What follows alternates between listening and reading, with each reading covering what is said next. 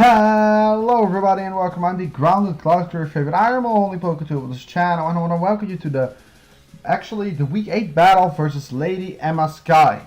If you currently look in front of you, you see the team of the battle video of the team builder that went up earlier today. I also see the team of hers which she brings, and she brings the Duck Trio, Excadrill, Togekiss, Tyranitar, Latias and Hitmonlee. If I look towards this team, I didn't quite know what to expect because this is not what I expected first.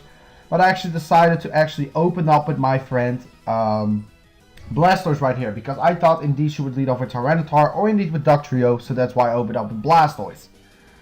So I opened up with Blastoise and I first off thought that I wanted to get rid of this as soon as possible. So I decided to Mega Evolve the first turn of the match. I'm sorry. Mega Evolve the first turn of the match. And actually go for the Scald, as he is actually going to go for the Stealth Rocks right here. So thinking that he indeed would go for the Stealth Rocks, I indeed wanted to see if we were able to get a burn. But actually I thought that he would swap out, so that's why I went for the Dark Pulse right here. And right here at this point I am best to go for the Rapid Spin on his Earthquake, because I do not want to get rocks around on my side of the field. So actually goes for the Earthquake, which is going to do quite a hefty chunk, as we are going to be able to get a Rapid Spin off and are going to be able to bring him low enough to the point where 2 more Rapid Spins are able to take him out. So I didn't see any point in not going for the Rapid Spin again, predicting actually that she wanted to go for the Stealth Rocks yet again. So I wanted to take this shot again, indeed to Rapid Spin another time, just so that rocks are not on my side of the field, because when I get rocks on my side of the field, that's not going to be a good time.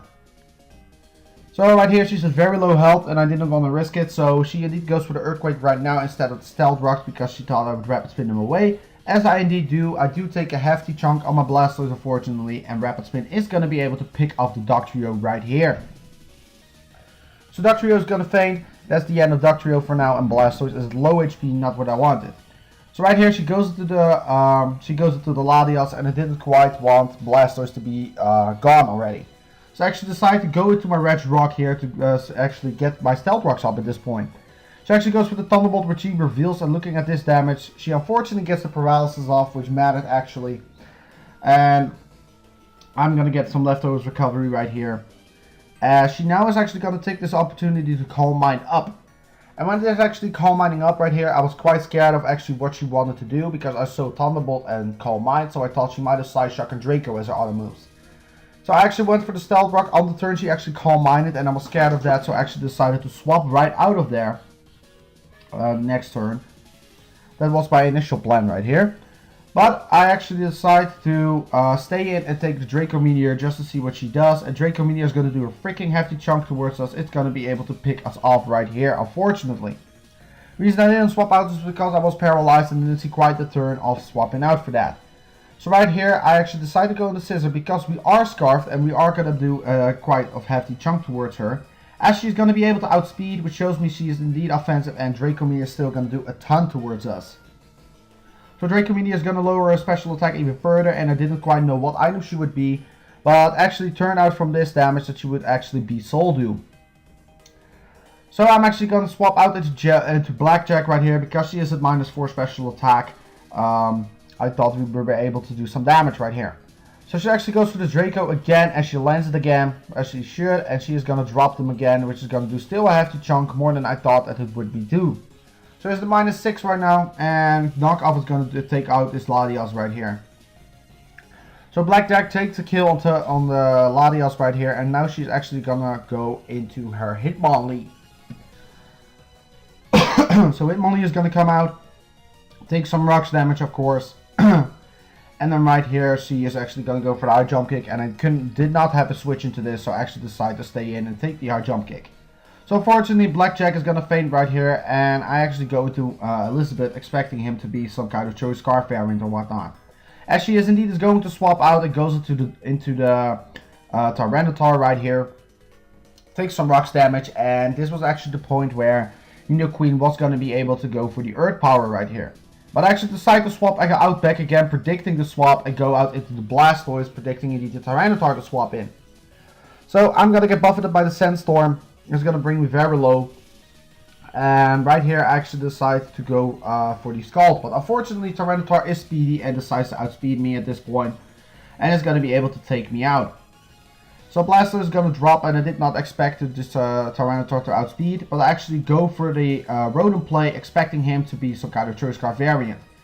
Which is not the case, because he is going to stay in, and he was slower than my Rotom.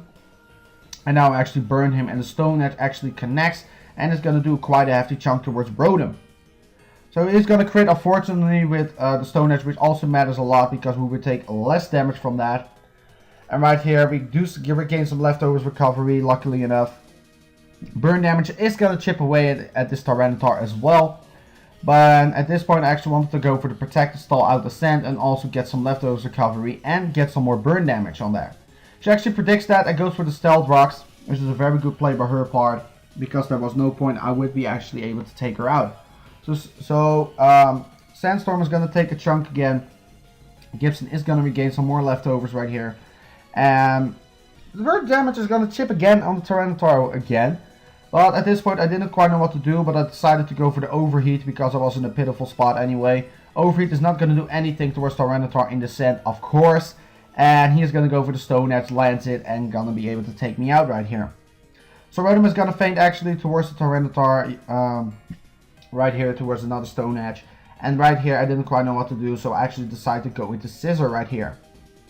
Scissor was able to outspeed it because I knew it was not scarfed. I do take some Stealth Rock damage, and at this point I didn't quite know what to do, but I decided to go for the U-turn.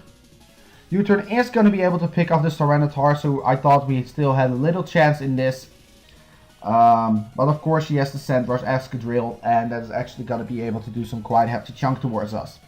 So due to the U-turn, I am forced to go out into the Nidoqueen, as she is going to go out into her Sandrush Excadrill. And the Sandrush Excadrill is actually going to go for the Earthquake, and there's enough turns left to the point where it's going to be able to pick off Nidoqueen right here, and also is going to be able to pick off Scissor in the end. So I did not have a chance to win with Scissor anyway, because she has a Togekiss in the back, and I need to go for the fighting move to actually do some damage. So the Excadrill is going to go for the Earthquake, is going to be able to pick off our Scissor, and that's going to be the end of the game. So good game to Lady Emma Sky. We lost this one, which brings our current score to 6-2. So I want to thank you all so much for watching, and I will see you in the next video.